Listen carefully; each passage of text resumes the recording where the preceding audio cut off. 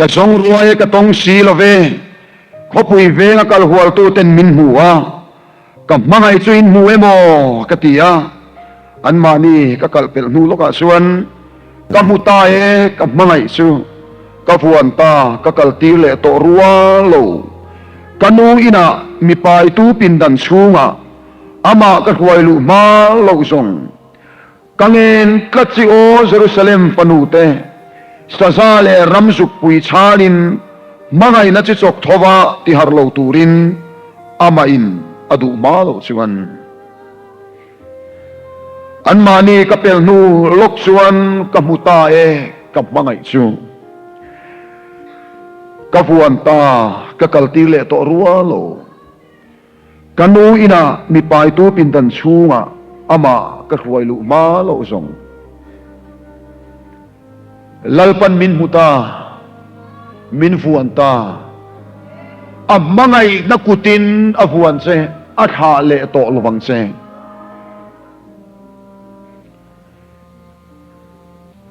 Hosea bung som le pakhat chang sari chang hian chang ko thengin kami da chuan mi hoi sanan tum renga an ngong ko rit ta wangin chungnung bera an awanga ma se tu manan choi kan saklawang o Ephraim engtin nge ka thau thak theyang se o Israel engtin nge ka tha theyang se engtin nge atma angin ka siam theyang se engtin nge zeboi mangin ka omti theyang se ka chungaก็ทินลุงอ่ะไอ้ลุมเลยตาก็ของไอ้นั่นจูไอ้เชมฟามตะโซก็ทินริมนั้นสตักจูก็เล่นหลบวังเอฟราอิมจูติโบราลก็ตินเละโตหลบวังเกยซุมิทิ้งนี่หลบินปะเทียนกันนิสียนังมาอมมิเทียงริมาจูขอปุยจูก็รอนลุคุ้งหลบวังลลปาจวน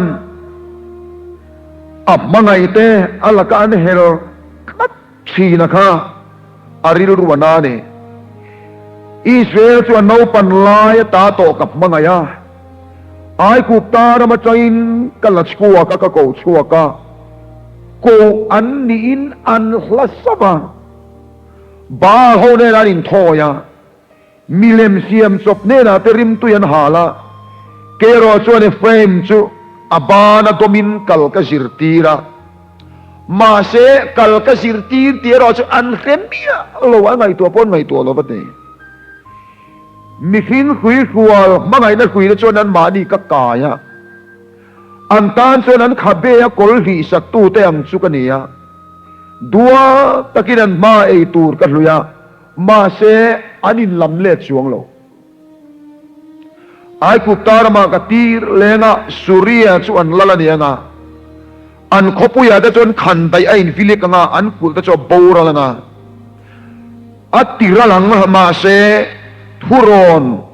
mas an mani thulo ro na wange in kami da chon mi hoisan tum renga lalpa ka amangai te chunga kana thin urtlat mai ne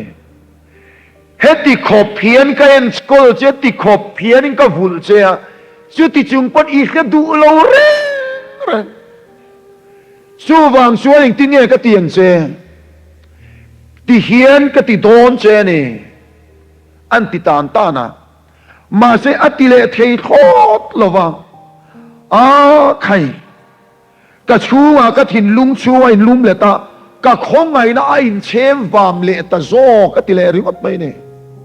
voi khat ma ti bora ka tin le to lowang te ti thot ne chan sin tra zona siak pung thum chang som paruk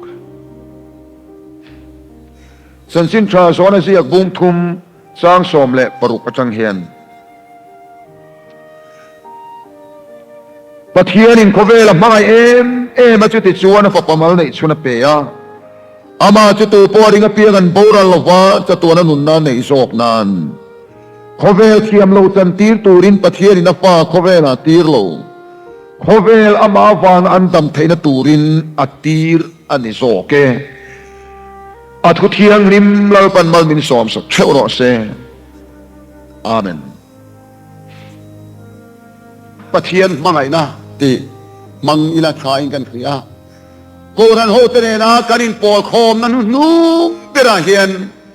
enge poimo berang o katia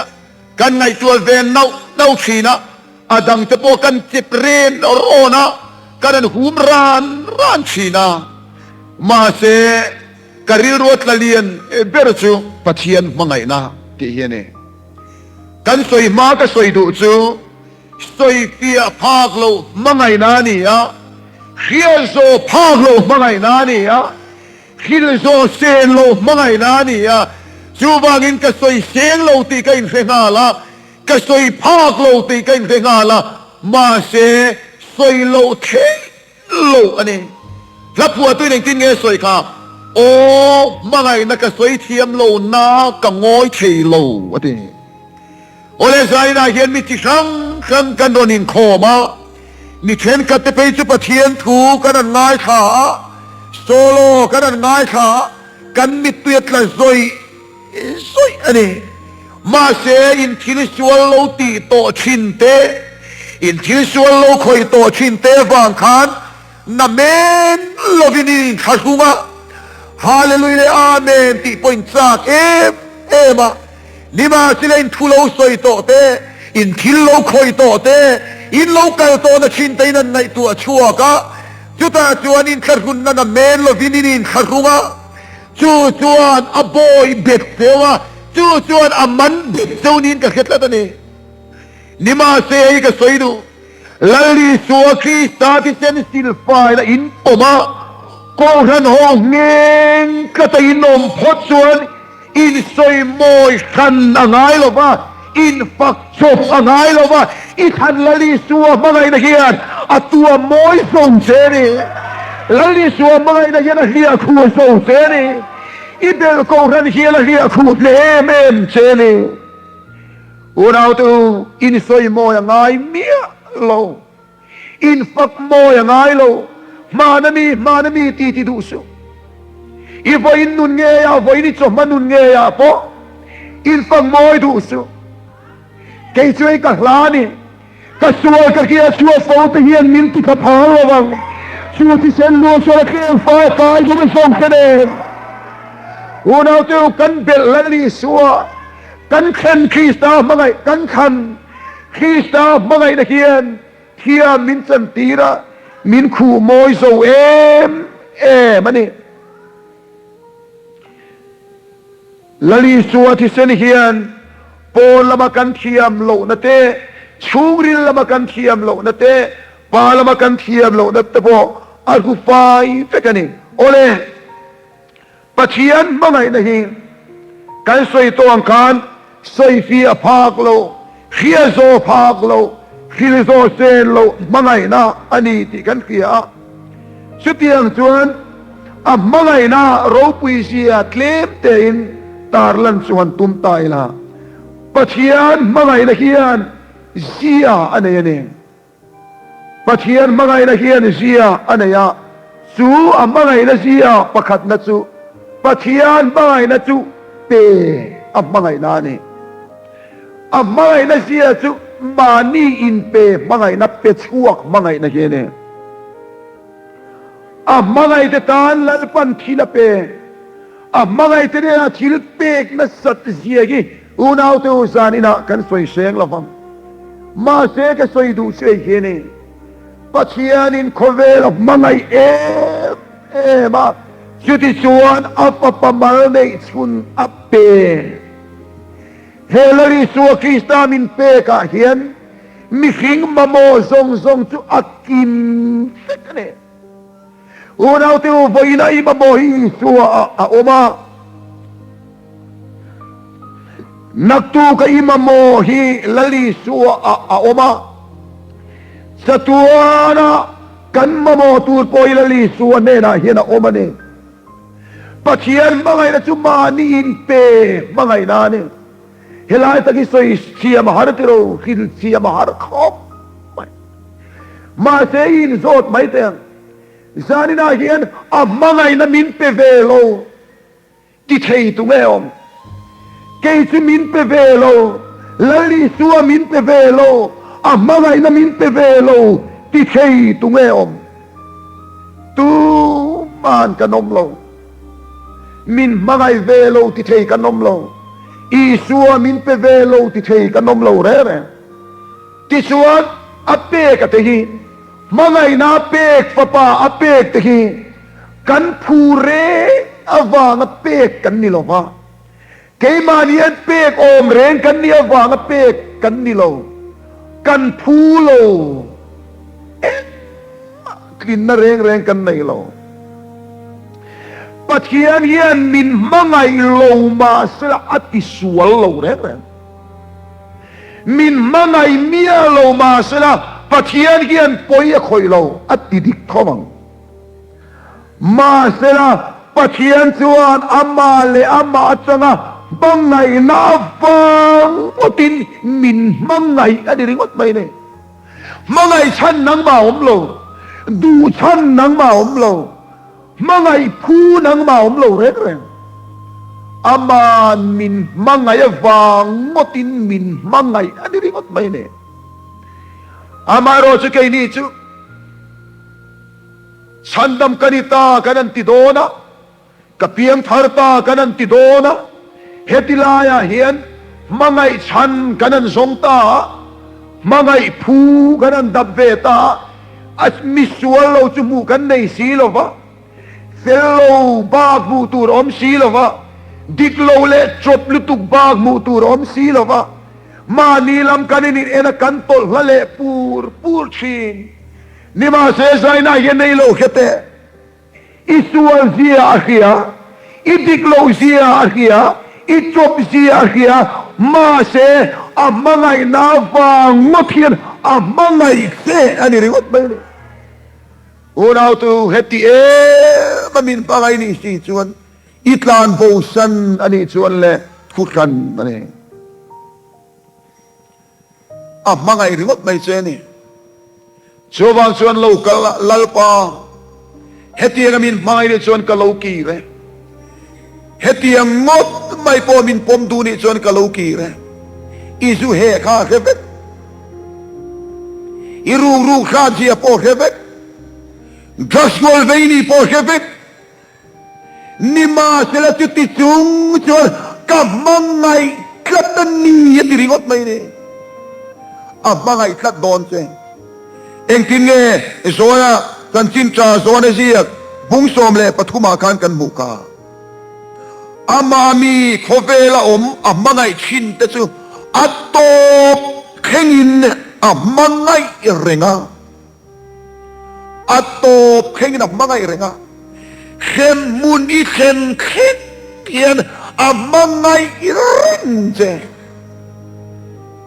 Hmangaihna in lam let lawa khemi tuar mai ne Hmangaihna thang turin on hoi kir du lawa Hmangaihna dong turina mai pan du lawa khati khani om mai ne unau te khem mun koutla nga po Hmangai che khem muna mangai kalani pon Hmangai thou che keimania chana om lo wang om lo aman min mangai wang motin min mangai ani ringot mai ne chu sari na hian khia ila hok mak ila ke chu ka ngai tha atok lutuk kate imut muna pon ngai tua veng te kheti mai hian min mangai ne in ti danglam du mi chu ti khat I om ang top khan mangai tur o mana in siam danglam itum ya khani khel ta chida ne tu na yom ang khan Hmangai top mai che ne khale lalpa Hmangaihna chu ka change Hmangaihna chu ka pome Hmangaihna chu ka due lalpa inen karon pan ka om mangin kalo kalang iti sen lu ka ta na luang tin lali so chu pan mai ro unau to zunam vungai omani pon Junam vungai no mani pon ten tu na hian sual isak se regani pon chu thaula lalpa chu tiang min pangai ri chuan kalo kale enga tige khem hunai kalang enge tinge cha tuan ro tuina mei pu ai kalang a chan dang om lo Hmangaihna i nol wang ate ne kot mai ne Hmangaihna i nol wang ne chu wang chon nol du local mai ro ti te khan aron pan ringot mai ro din turing ka som kherlo che lo pen he tap kal tu pon ka som kherlo se i ril ru le ngai tu na ka lalpa ne na ti kan thulut mai ro khale lalpa i ai oin tu khil tu min soma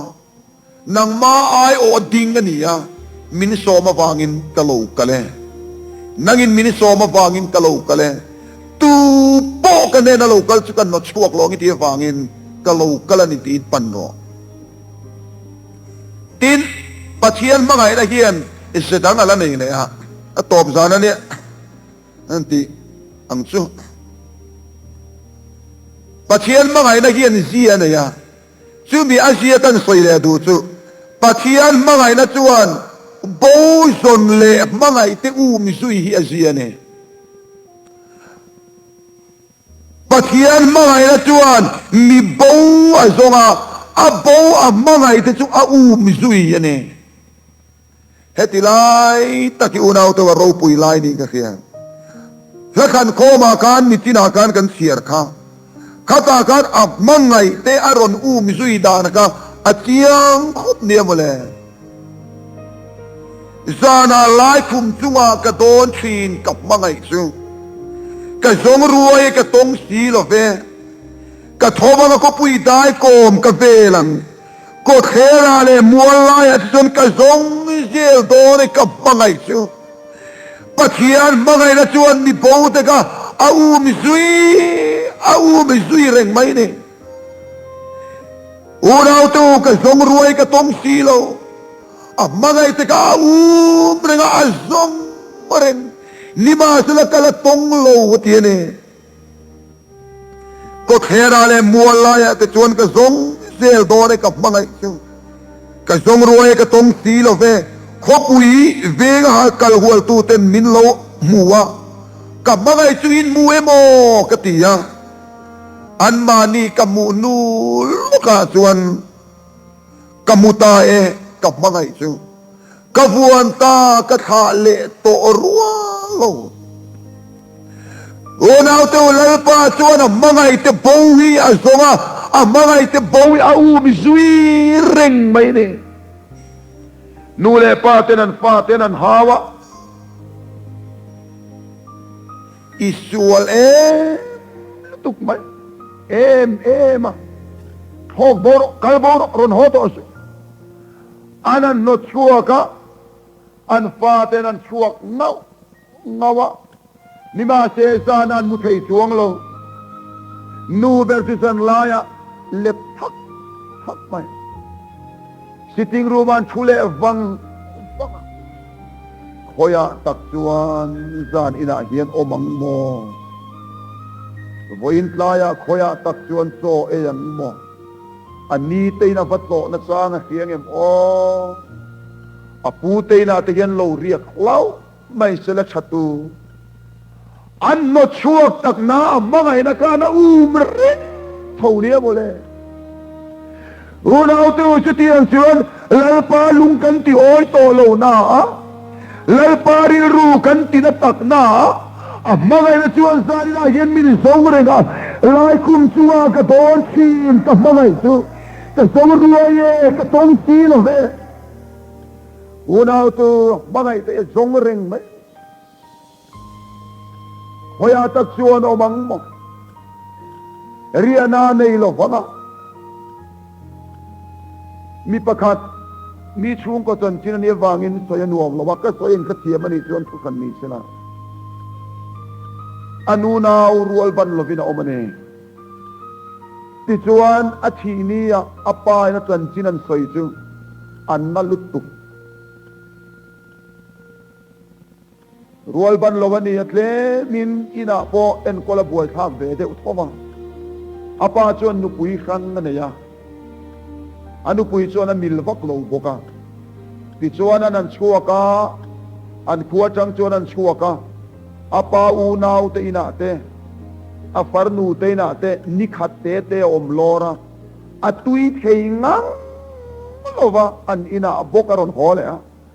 an ina la chuanin atha ngam thei si lova reilo te kar ni ka thum velan oma achuak le akalna piang an lo hauji aboka ta chuan athitane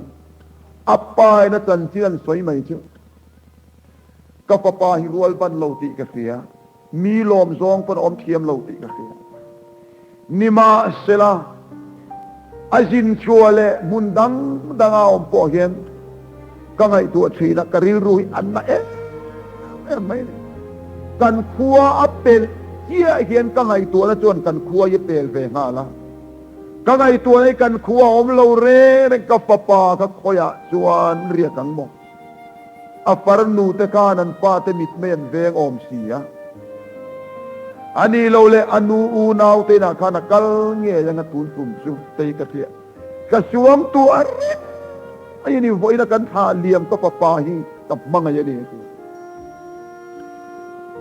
u nau te kan manga i tak su kan suam tua kan nai tua na hian kan u mai ni te ro Pathian mangai na po hian a mangai ni king fa te ki a renga khoya chuan om semo adam khoya nge i om tia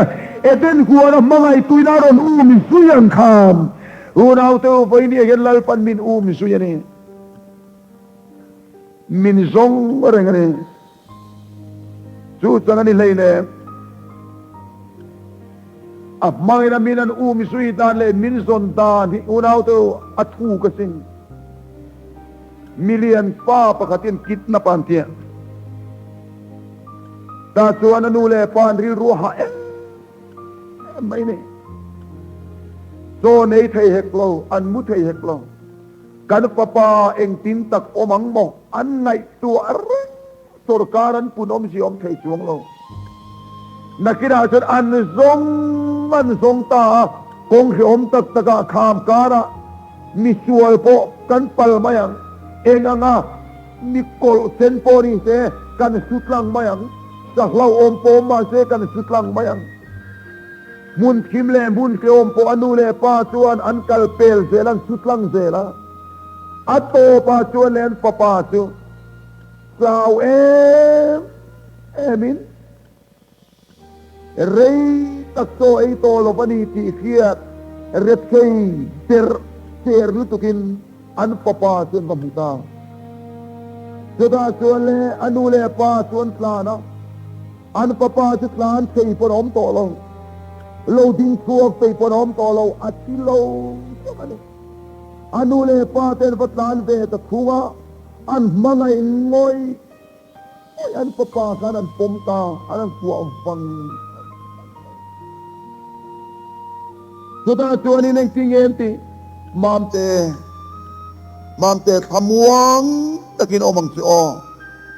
thamuang takin om ro tu pa nan don la to lom si ipa kania lom thamuang takin om ro apa akwa le mai ne sumia kari rom reng chui hi ni lalpa mangai na chuan kan bo na ta min zonga min u ba Pituan kay ni sualin min soy sa min tire kaya min timang anga. Tuna yan lalpa lampan turin sak nay na itolova.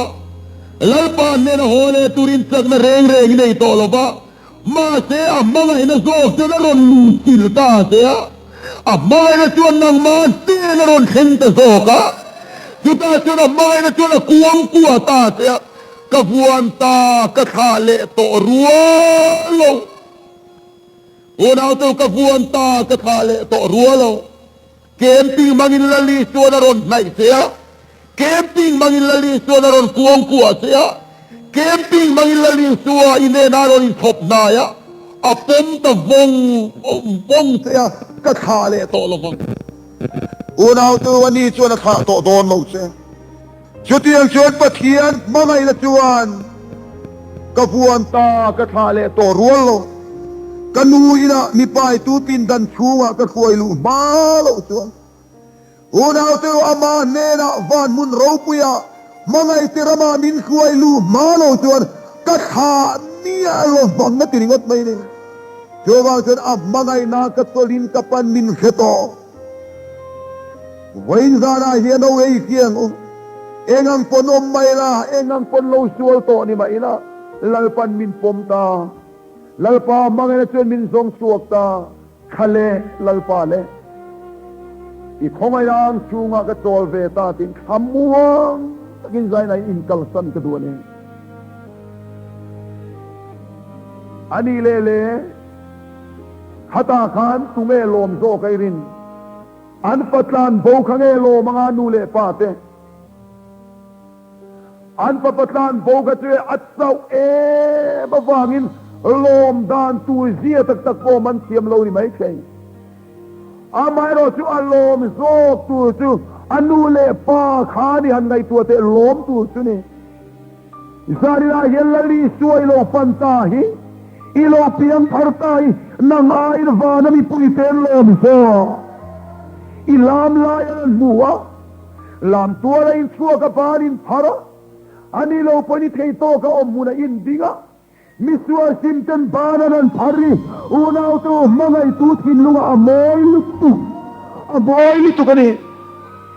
muno man vatidot lalpan deram po muleta lalpan deram po muleta tin fan ko puison aw nge yang le zaina hien mangai na chuan azonga mangai na chuan na zu yani chong kam toy te mangle lok teng Pathian mangai na zia pakatsuy le hini Pathian mangai na chuan angai dam mani Pathian mangai na chuan angai dam katani Mihing in ngai dam na chuan sir anay tlat maya sir anay tlat kangai dam che kan tipo hianin mana kan titel zel papakat po na nupui uire ngai dama ti chuan engtin om ti su kangai dam mak che ti ani le mo le tian om ho le ta chuan le enge mo de le kan om an nui no wan tike pal ani lo pon eng tin mo an lo che pel lo de ui re ti vol don ma se kangai dam che tro mi hingin gai dam na chuan serom nei ni ente so paso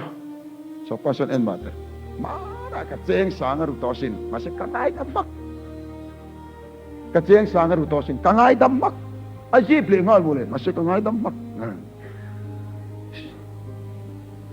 ka dikta chuan sual serom tlat ni serom tlat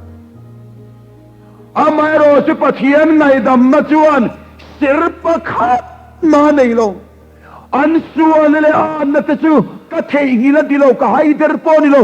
ka hireng to lo wa di mai ni pathian mai na a hello tak isapane lapa ro lung mo na ka mana khan broadway ve lai mu e ka hello tui kuala tui chun chua bula khani mu em ka hello zot mala ke chuang lovang lalli suwa pisen khena ger pathian in suala mu thei lo wani so bang isai na hian unau tu nangin ke chuak mala nangin ni ngai muzan ni mut muna te mana chuan chu ti chuan kan ni ti thin mala lalpa ero chuan asir po nei lo amumia lo an sual le an na tu ngai dam ka hereng lo wati mai ne tin kanin ngai dam kanen ti te hian thin ur kan sum be hini ringot maya thin ur kan khol khom ani ringot mai ne kan thin ur kan khol khoma kan thin ur ka kan stok ka chu ngai dam kan te ani reng lo pathian ngai dam na chuane sir e yin nei lo amma kasi nei so bang chon sai na hian in khat kun na tura om lo amma ngai na hian an nuai re mane khiat zui le na om to lo re a khe zui to lo re Hei mi hing in ngai dam na suan ser nei chi ni na ke patlat lo lo cái này chú cái này đâm mà ser ra mà cần là cái duy ta chú mi hing in này đâm na chân chuan cái này tệ ta à chiên chú cái chiên à mà sẽ cái thà làm buông san lo vậy cái tít lát ser cái mà ni mi to với cái Pathian đi cần đào vàng này mà sẽ chú tiền chú ngay to lo vàng u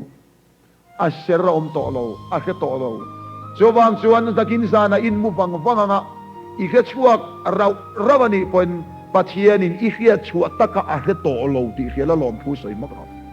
แล้วปานั่งอินอีกสีโลปักกะโลเมอีกมทั้งไปนักเรียง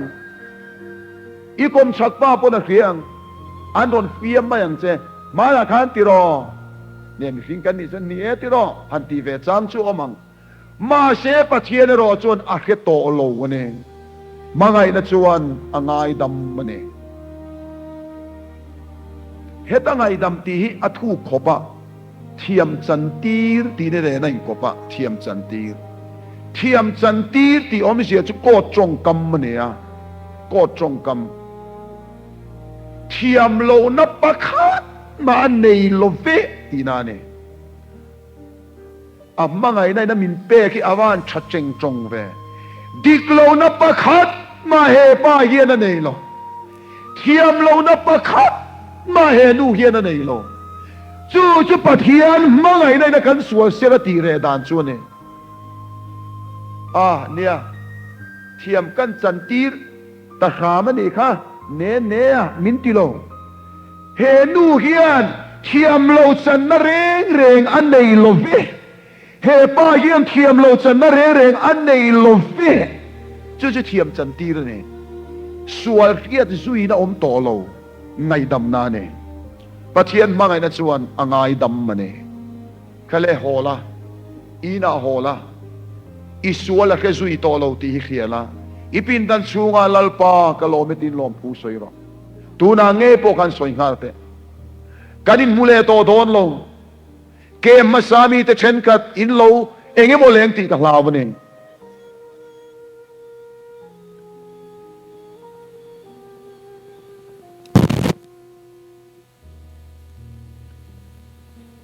ไอ้ดำนักเขียนเทียมจันทีระเขียนซุยน่าอมโลกนี่อะตบเดน่าส่วนปะเทียนมังไงนะจูอัมมาเลอัมมาอินติดลมมังไงนะเฮียเนี่ยให้คิดจูจงยินพัดโตโลเลจัวละมานี่เลมานี่อินติดลมมังไงนานี่มานี่อินพัดมังไงนานี่ตีนัตปอนี่มานี่อินเขจังโลมังไงนานี่มานี่อินเตเตมานี่อินติเตมังไงนานี่อันนี้ที่เราปะเทียนมังไงนะเฮมิหิงนุนะฮัรเบรชเวอัตเตโซงกัลฮีนี่อัตเตโซงกัลฮีฮัรเอ็มเนี่ยโมเลฮัรตะกันนี่เกมลุยฮัรเอ็มนะฉันจูฟิตลานวางอันนี้วักโลนั่นในโลวางโอนี่วักโลอัตเตโซงกัลฮีฮัรไม่นี่ฮัรตะกันนี่มีพิงนูนาให้อาหารเดริงอดไม่ได้อามาโรสูปะเทียนมาไงนะจูอัตเตโซงินามาเลมาโรอินติเตะปะเทียนข้ามีพิงอารมณ์สังนี่จูมาเลฟันเสียมตุกอาทิลิเสียมอารมณ์สังมีพิงเตะกะโลเปียงินโปยังไงเสียมาอามาเลอามาอินติดลมตะโซกาจู่จังกันนี่เลยเนี่ยสัวเร่งฮิโลค่ะปัจเจียนินเกมาเนียฟังอินสัวละอาเซียมาอันนั้นลุตุกุริงสัวเร่งฮิโลค่ะมิสัวเบร์เตเข้มน้ำมุนาเข้มมันเนี่ยมีบอลโฮเบอร์เตอันเข้มน้ำมุนาเข้มมันเนี่ยเลฟันเสียมตัวรนินติเตตันจูเตียงจูเนี่ยมานี่อินติเต mani le mani in titlom mani le mani in tiral mangai na ne unaw to itan le katan lalpa a in tiral la ne nang ma le kay matan lalpa a in tite ne sumi tang mai chutir ko pola pon heri ru Krista Isua pom boka nang ma niya omro se ati takasune loin tite vero u ati nani chu loin te vero u ati nani loin da tlom ro u ati nani hey eng tik lai pon mi khing kan ni chu na poi mo re mi khing ye makasin mi khing ni khim yang kan chapo ve kudo takya po hian makzia an ron do hi chu khatliak miat hian an ron luta an ron meng da va diara pek chi ngoi hian an omza man ron tuai din ota nei lo kalmai te hantina chuanin an la kal du chi lo kalmai te hantina an daran khora min melve khai mai ne chu bi chunga mi po chu kan la chapo tian mani zon chewa yang kan chapo emem fek mai ne mole khan mual kan khen ma lo hi chon chapo nai chu rot som tura omren i ro som khat pe chen i wanga do na lari suwa mangai na Pathian mangai na chu mani le mani in tite mani le mani in titlom mani le mani in tiral mangai na ni ya chu tak mai chu voi ni a hian kanin chen na tura hian loin tite ve thi nang che loin tiral ve thi nang che ti hian ne chu ti chuan eng tika mai ni tloma adik ta chuan tlangwa teu in dak le ma na chan chu chapo wang ne len khom te hi kan chapo wang kan pe lo vane ka pe lo ka kong a kham i kong kham ka chu i care of mai ne i kong kham i soi ma kan ta yan chapo wang a sai khom lo mai ne adik ta jong kan chapo wang lom sai khom lo ve thaya hian in ngai tlata zai khom lo ve tlak zai khom lo ve thei rual zai khom lo ve tur pha chu tiang deu chuan i khetla tani a zai khom khim ka va worship ti na ni lawa ka te khin ne heti lam chapo na le ke in ti na figure nei ve de ka in fiat na number nei ve de ule ka in fiat na hi heian min ti korok orok mai ni hen Evangelistic te kan rong bol tu te hi en su an ni chu an lo ti rei to a ko ran ho Pathian biagin khom le leng khom le na tlanga te po han tel lo te ma se zun in to chuang lo wang an ti lo rei to e han ti le ka moi to lo khim a chak pon chak to lo an ti pe to lo ver khim bo en ton re su nagaro chu i chiat le kan i chele pup mai don ne i lang le luau mai i meng noi le ru mai i chonga buai le nuai mai i le to chong le nuo mai chu wang chuan in nun hi heti lai orot ral reng ro orot reng riot ro sumi tuka nu thunu nuwa in fui na turi ka khelo re enga tinga kai khom pe lo chapo wang tho chapo wang ve kini je he kan nun mi hring lui om khau lu tu khi fei lu tu khi sang lu tu khi he mi hi rot ke ti sop angai reng mai ne chu wang chuan ho he ri ru Krista Isua pom bo khanang mani om ro se chu nge manin phat nu na nia manin hello manin khe changlo mangai na nia mani le mani in te in tiral mangai na ne chumi chin ri ru lo om ve ro se atiane chutiel tur chon sai na hian no ke mani Pathian mangai na kan fon ni i vong nu ang u khai chuta choni ding hetang u lalpana thuma som bo se Pathian ma kunin chong trai lalpa San Maria ai ko rano tenen kan rong bon akun kan titop ta heng ka unaw kem parastele midang tepo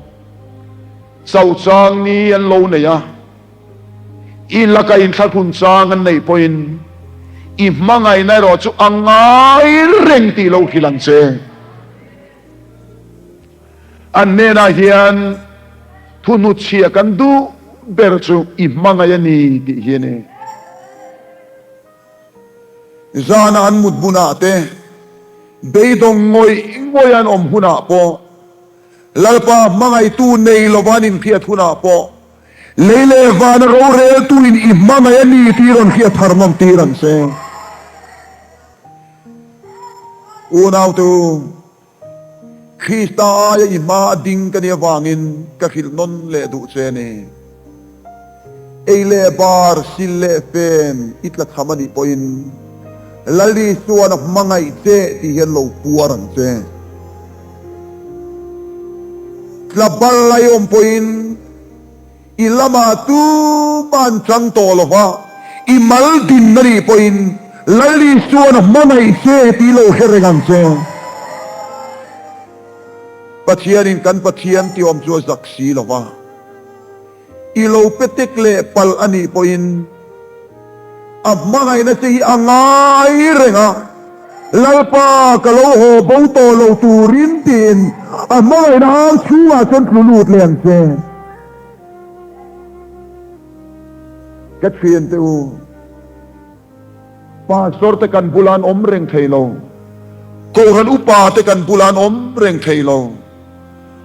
ma se Pathian chu Hmangaihna wang ibula a om renga biak thei turin engtik lai pon ibula om ani ti lo fiang che lalpan akal tan lawang che lalpa kan Pathian tuna kan kempars kan unaw te hi an sak lo lai berle an beiton lai ber poin nagin thin urin sil haw lo la i Hmangaihna le ingil nei le an thin lungui le chaw lo chok harang che an ma nia wangin ro puina chang zela choi moi na nangin chang zelang che chandam tu lali so Krista ming thiang ni min kan dile amen